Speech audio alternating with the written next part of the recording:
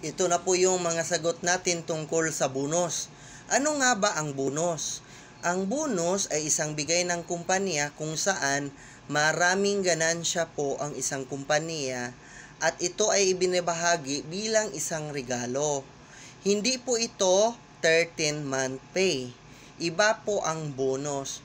Para po itong sobra ng kanilang nagiging ganansya at binabahagi nila sa kanilang mga empleyado. Sa atin po, sa Tibud Scheme PC, wala tayong natatanggap na bonus. So, saan doon ang bonus?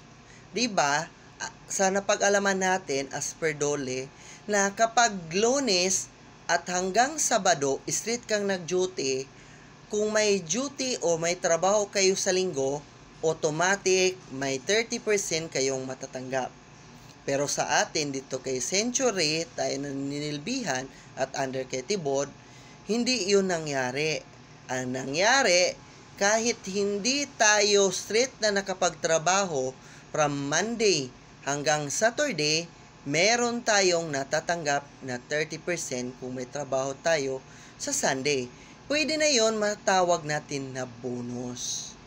So, alam na natin kung ano ang bonus ha. Pwede yung matawag na bonus kasi hindi siya straight pero binabayan tayo ng 30%. Iba ang bonus sa 13th month pay. Klaro?